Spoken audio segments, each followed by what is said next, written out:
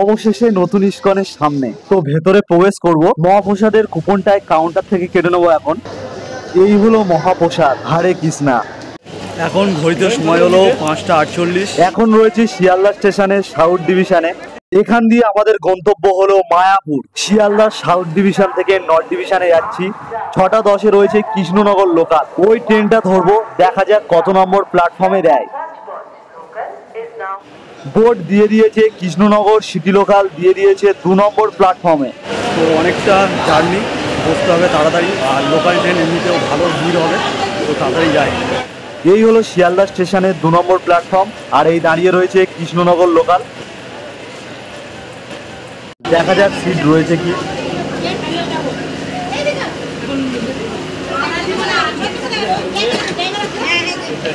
আর এখানে সিটও পেয়ে গেছি, 6টা 10-এ টাইম ছাড়বে। এখানে ফ্যামিলি রয়েছে, মামা রয়েছে, মামি রয়েছে, সবাই মিলে চলেছি গন্তব্য মায়াপুর ইস্কন মন্দির। ট্রেন যতটা ভিড় ভেবেছিলাম অনেক খালি রয়েছে। সময় এখন 6টা 13। শিয়ালদা স্টেশন থেকে ট্রেন ছেড়ে দিয়েছে। কৃষ্ণনগরে নেমে আপনাদের সঙ্গে দেখা হচ্ছে।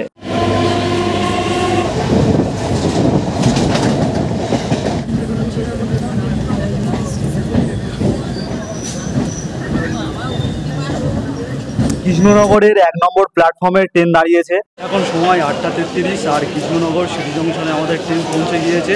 তো এখান দিয়ে টোটো ধরবো। তো চলুন বাইরে যাই।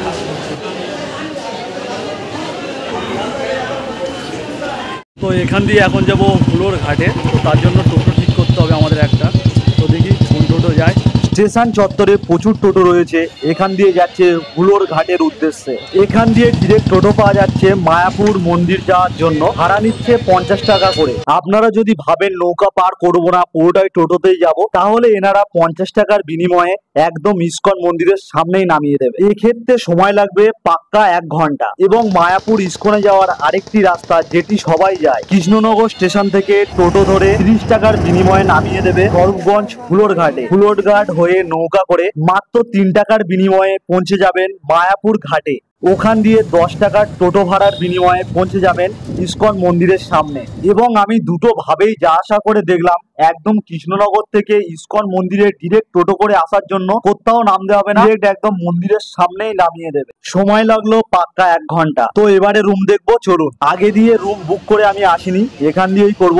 দেখি রুম আছে। এখন পৌঁছে গিয়েছি গদা ভবনে। তো এখান দিয়ে রুম করাবো। চলুন কত কি নেয় রুমের জন্য দেখা যাক। তার আগে গদা ভবন থেকে মহাপ্রসাদের জন্য এখান দিয়ে কুপন করিয়ে নি। লাইনও খালি রয়েছে, পরে আবার কোথায় ভিড় হয়ে যাবে। তো মামা গিয়েছে কুপন করানোর জন্য। এই গদা ভবনে 2 রকম থালি পাওয়া যায়। একটি হলো 150 টাকার থালি, আর একটি হলো 80 টাকার থালি। 150 টাকার থালিটি রাতে হয়ে যায় 100 টাকা, এবং 80 টাকার থালিটি রাতে হয়ে যায় 50 টাকা। এবং মেনুতে কি কি রয়েছে আপনারা একটু পজ করে দেখে নেবেন। গদা ভবন থেকে আমরা মহাপ্রসাদ খাওয়ার জন্য কুপন করা হয়ে গেছে। এই হলো আমাদের কুপন, নিয়েছে পার হেড 80 টাকা করে। গদা ভবন থেকে রুম নেওয়ার পর থেকে এরকম একটা কাগজ দিয়ে দিয়েছে, এটা রুমের জন্য দেখাতে হবে, তারপর রুম দেবে। তো এখন যাচ্ছি ঈশ্বরদান ভবনে, আমাদের রুম ওখানেই রয়েছে। তো দেখি কেমন রুম দিয়েছে গদা ভবন থেকে। তো ওই দূরে যেই হোটেলটি দেখা যাচ্ছে, এইটি হলো ঈশ্বরদান ভবন। তো এই হোটেলটা দিয়েছে গদা ভবন থেকে। তো দেখি রুমটা কেমন দিয়েছে। আর এখানে দেখতেই পাচ্ছেন ওঠানামার করার জন্য লিফটেরও ব্যবস্থা রয়েছে। ফার্স্ট ফ্লোরের 120 নম্বর রুমটি আমাদের রুম। আর এই হলো রুমের ভেতরটা। এরকম 2টো বেড রয়েছে, তার মাঝখানে রয়েছে ছোট্ট একটি টেবিল, এবং দেয়ালে এরকম ছবি রয়েছে। আর ওপরে রয়েছে একটি ফ্যান। এবং যদি কেউ নিচে শুতে চায় তার জন্য এক্সট্রা এরকম বেড দিয়ে দিয়েছে নিচে শোয়ার জন্য। এবং রুমের মধ্যে খাওয়ার জন্য পানীয় জলও রয়েছে, এবং এদিকে একটি ড্রেসিং টেবিলও রয়েছে। তার সঙ্গে যেটি দরকার ওয়াইফাইয়েরও ব্যবস্থা রয়েছে। এবং বাথরুমের ভেতরটায় ঢুকতে এদিকে রয়েছে একটি কোমোড রয়েছে, তার সঙ্গে একটি আয়না, বেসিন, এবং হাত ধোয়ার জন্য দেখতে পাচ্ছেন হ্যান্ড ওয়াশেরও ব্যবস্থা রয়েছে। আর এদিকটা শাওয়ার এবং গিজারের ব্যবস্থাও রয়েছে। রুমটা ভাড়া নিয়েছে 950 টাকা। এবং এখানে আপনি যখনই চেক ইন করেন না কেন, চেক আউট টাইম হলো সকাল 9টা। এবং আপনারা যদি এখানে থাকতে চান, তো এই রুমটা বুক করার জন্য আমি এই স্ক্রিনের নাম্বারটা দিয়ে দিলাম, আপনারা যোগাযোগ করতে পারেন। তো এবারে ফ্রেশ ট্রেশ হয়ে নিই, তারপর দেখা হচ্ছে। তো ফ্রেশ ট্রেশ হয়ে গেছি, এবং আমাদের রুমের ব্যালকনি থেকে ইস্কন মন্দিরের চূড়াটা দেখা যায়। রুম বুক করার সময় গদা ভবন থেকে মহাপ্রসাদের জন্য কুপন করিয়ে নিয়েছিলাম। এখন ওখানেই যাচ্ছি মহাপ্রসাদ আহারের জন্য। দেখতেই পাচ্ছেন মহাপ্রসাদ আহারের জন্য অনেকটাই লাইন পড়ে গেছে। আর ভেতরটাই দেখতে পাচ্ছেন এরকম ফ্যান দেওয়া রয়েছে যাতে না কারোর কোনোভাবেই অসুবিধা হয়। অনেকটা লাইন পড়ে গেছে, চলুন আমরাও লাইনে গিয়ে দাঁড়িয়ে যাই। শুরু হয়ে গেছে লাইন, আমরাও লাইনে দাঁড়িয়ে গিয়েছি, দেখা যাক কতক্ষণ টাইম লাগে। ঠিক ঘড়ির কাঁটাতে 1টা বাজলো আর সমস্ত লাইনটা ছেড়ে দিল। আমি ভেবেছিলাম যে অনেকটা সময় লাগবে, কিন্তু না, যতজন রয়েছে সবাইকে একসঙ্গে ভেতরে ঢুকিয়ে দেবে। ভেতরেই ঢুকতে কুপনের কাগজটাকে ওনাদেরকে দিয়ে পাশে রয়েছে হাত ধোয়ার জায়গা, এখান দিয়ে ভালোভাবে হাত ধুয়ে ভেতরে প্রবেশ করতে হবে। তো দেখতে পাচ্ছেন ভেতরটা সবাই মহাপ্রসাদ আরোহণ করছে, কেউ চেয়ারে বসে রয়েছে, কেউ বা নিচে বসে।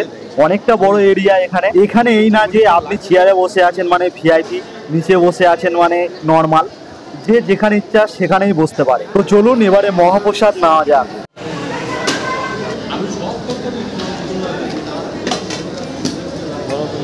প্রথমে দিয়ে দিল ভাত, তারপর দিয়ে দিল ভেজ ডাল,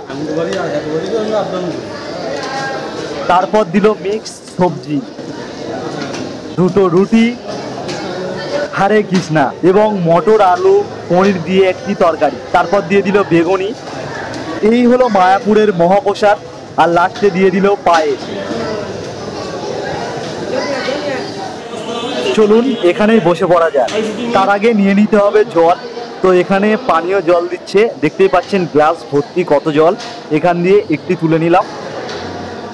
চলুন আর বেশি দেরি করব না, মহাপ্রসাদ খাওয়া আরম্ভ করে দিই। খাওয়ার পর আপনারা যতবার ইচ্ছা এই মহাপ্রসাদ নিতে পারেন, এখানে আনলিমিটেড ততবার দেওয়া হয়, শুধুমাত্র বেগুনি এবং পায়েসটা বাদে। এবং মহাপ্রসাদ আহরণের পর নিজের থালাটা নিজেকেই নিয়ে যেতে হয়। এবারে যাব বড় ইস্কন মন্দিরে, যেটার জন্য এতক্ষণ অপেক্ষায় ছিলাম। এই মন্দিরটার ভেতরে প্রবেশ করা যায় কিনা? হ্যাঁ, অবশ্যই প্রবেশ করা যায়। তো চলুন যাই। এই হলো মায়াপুরের নতুন চন্দ্রোদয় মন্দির। শ্রী চৈতন্যদেবের আর এক নাম চন্দ্র, তাই এই মন্দিরের নাম চন্দ্রোদয়। ঠিক বড় মন্দিরের সামনে রয়েছে এই জায়গাটি, অখণ্ড হরিনাম সংকীর্তন। এখানে কন্টিনিউয়াসলি 24 ঘন্টা হরিনাম পাঠ হয়। নতুন চন্দ্রোদয় মন্দিরের দেখতেই পাচ্ছেন সব কাজ চলছে এখন। এদিকটায় অনেকটা কাজ হয়ে গেছে, এখনো কোনো কোনো জায়গায় কাজ চলছে। এই মন্দিরটি খুব তাড়াতাড়ি উদ্বোধন করবে ইসকন কর্তৃপক্ষ। নতুন চন্দ্রোদয় মন্দিরে ঢোকার রাস্তা বন্ধ রয়েছে, আমি জানতাম না সময়টা, তো এখানে এই সময়টা দেওয়া রয়েছে, আপনারা দেখে নেবেন কখন কখন এই মন্দিরটা ওপেন থাকে। ব্যাড লাক, ভেতরে প্রবেশ করতে পারলাম না। তো পাশে রয়েছে ইসকনের প্রতিষ্ঠাতা শিল প্রভুপাদের পুষ্প সমাধি, তো এখন ওখানে যাব, চলুন। তো এই হলো সেই জায়গা, শিল প্রভুপাদের পুষ্প সমাধিস্থল। এখানে প্রবেশ করার আগে এখানে কাউন্টার রয়েছে, আপনাদেরকে জুতো এবং মোবাইল ক্যামেরা জমা দিয়ে ভেতরে প্রবেশ করতে হবে। এবং এই জায়গাটি অসাধারণ একটি মনোরম জায়গা। তো ভেতরটা ক্যামেরা অ্যালাউ ছিল না, তাই আপনাদেরকে দেখাতে পারলাম না। তো এবারে যাব মায়াপুর সাইট সিন। এবারে বেরিয়ে পড়েছি মায়াপুর সাইট সিনের জন্য। গাড়ি ভাড়া পড়লো 250 টাকা। দেখতে দেখতে চলে আসলো প্রথম গন্তব্যস্থল। এখন পৌঁছে গিয়েছি নিমাইয়ের জন্মস্থানে। তো চলুন এর ভেতর কি রয়েছে দেখা যাক।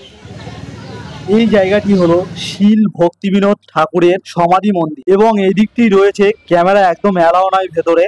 তো এখানটায় রয়েছে নিমাইয়ের জন্মস্থান। তো ভেতরে ক্যামেরা অ্যালাও নয় বলে আমি আপনাদেরকে দেখাতে পাচ্ছি না। ভেতরে রয়েছে নিম গাছ এবং নিমাইয়ের জন্মস্থান। এবারে চলেছি শ্রী চৈতন্যদেব মঠে।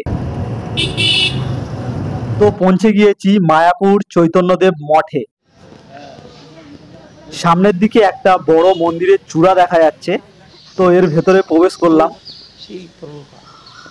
এটি হলো শিল প্রভুপাদের সমাধিস্থল।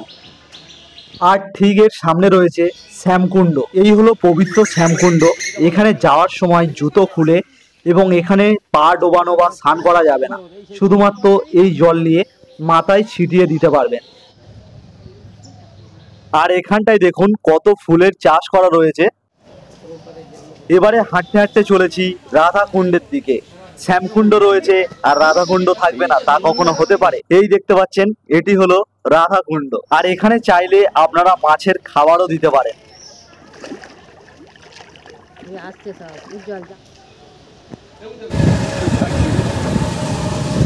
এখন পৌঁছে গিয়েছি চাঁদগাজী সমাধিস্থলে। চাঁদগাজির সমাধিস্থল, তো এটি এখন বন্ধ রয়েছে। তো এখান দিয়ে যতটা পাচ্ছি আপনাদেরকে দেখালাম।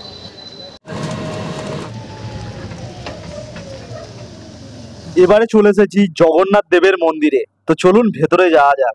এটি হলো জগন্নাথ দেবের মন্দির, দেখা যাচ্ছে চূড়াটা খুব সুন্দর লাগছে। একটি ভালো জিনিস দেখুন, কিভাবে জগন্নাথ দেবের মূর্তি বানানো হয়েছিল সেই জিনিসটা এখানে দেখানো হয়েছে। শ্রী চৈতন্য দেব মহাপ্রভুর সমসাময়িক ভক্ত জগদীশ গাঙ্গুলি একটি সময় দৃষ্টিশক্তিহীন এবং শারীরিক শক্তিতে অক্ষম হয়ে পড়ে, তাই তিনি পুরীর জগন্নাথ রথযাত্রা থেকে বঞ্চিত হন। ঠিক এই সময় জগন্নাথ দেব তার স্বপ্নেতে দেখা দেয় এবং বলেন তিনি যখন গঙ্গা স্নান করবে তখন একটি কাঠ তার কাছে ভেসে আসবে এবং এই কাঠ দিয়ে তার বিগ্রহ বানাতে হবে। এবং এই স্বপ্ন অনুযায়ী তিনি যখন গঙ্গা স্নান করতে যান তখন একটি কাঠ ভেসে এসে তার কাঁধকে স্পর্শ করেন এবং এই কাঠটি তাকে স্পর্শ করার সাথে সাথে তিনি তার দৃষ্টিশক্তি ফিরে পান। তারপর তিনি স্থানীয় কিছু লোককে নিয়ে এই কাঠটিকে তোলার ব্যবস্থা করেন। তারপর পাশের গ্রামের কুষ্ঠরোগী সূত্রধরের কাছে এই কাঠটিকে মূর্তি বানানোর জন্য নিয়ে যায় জগন্নাথ দেবের ইচ্ছা অনুসারে, এবং তার গায়ে কুষ্ঠ থাকায় মূর্তি বানাতে প্রথম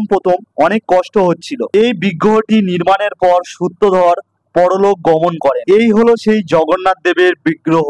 তো এই হলো জগন্নাথ দেবের মন্দিরের ভেতরটা, সত্যি খুবই সুন্দর। মন্দিরের এখানে ঠাকুরটা দেখাতে পাচ্ছি না, এখন মন্দির অফ হয়ে গেছে যেহেতু। মন্দিরের ভেতরের দিকে এদিকের জায়গাটি সত্যি সুন্দরভাবে সাজানো রয়েছে। এখানে একটি সুন্দর সাজানো গোছানো লেগও দেখতে পাচ্ছি। আবারও রওনা দিলাম ইসকনের দিকে। এবারে চলেছি গোশালা দেখতে। এর জন্য আলাদা টোটো ভাড়া করতে হয়েছিল, ভাড়া নিয়েছিল জন প্রতি 15 টাকা।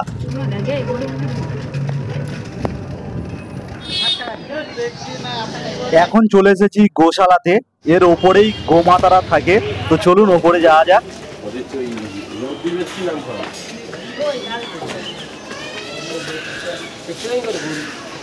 এই দেখতে পাচ্ছেন এখানকার গোয়াল ঘর, এখানে কত গরু রয়েছে আর সবারই জন্য ফ্যানের ব্যবস্থা রয়েছে যাতে না গোমাতাদের কোনো অসুবিধা হয়।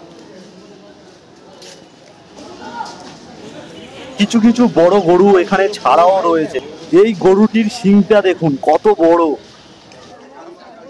এই গরুটাকে দেখুন, এই গরুটার চেহারাটা কত বড়।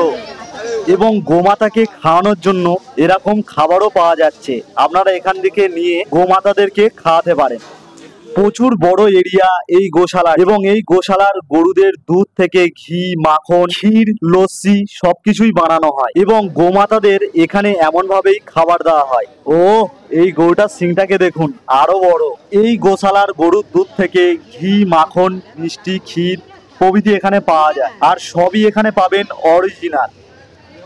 শুনেছিলাম এখানকার লস্যি এবং ক্ষীর নাকি সত্যি খুবই বিখ্যাত।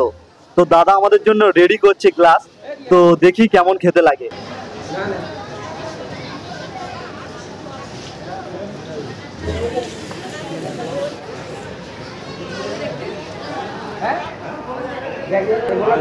অসাধারণ, কেমন লাগছে? ভালো। আর এই লস্যির গ্লাসের প্রাইস নিল পার গ্লাস 20 টাকা করে। এবারে চলে এসেছিলাম পুরাতন চন্দ্রোদয় মন্দিরে। এখন চলে এসেছি মন্দিরের আরতি দেখতে। মন্দিরের আরতি দেখার জন্য এখানে মোবাইল, জুতো সবকিছু জমা দিয়ে তারপর মন্দিরে প্রবেশ করতে হবে। আর এই হলো পুরাতন চন্দ্রোদয় মন্দির। সন্ধ্যা আরতি দেখে মোবাইল নিয়ে নিয়েছি। সন্ধ্যা আরতি দেখলে আপনাদের মন প্রাণ সব ভরে যাবে, আর আপনারা অবশ্যই এটি দেখবেন, 100% রেকমেন্ড। তো আজকের এই মায়াপুর ভ্রমণের পর্বটি এখানেই শেষ করলাম। এর আগামী পর্বে আপনারা দেখবেন মায়াপুর থেকে নবদ্বীপ ভ্রমণের গল্প। যদি ভিডিওটা ভালো লাগে অবশ্যই লাইক, কমেন্ট এবং চ্যানেলটিকে সাবস্ক্রাইব করে রাখবেন।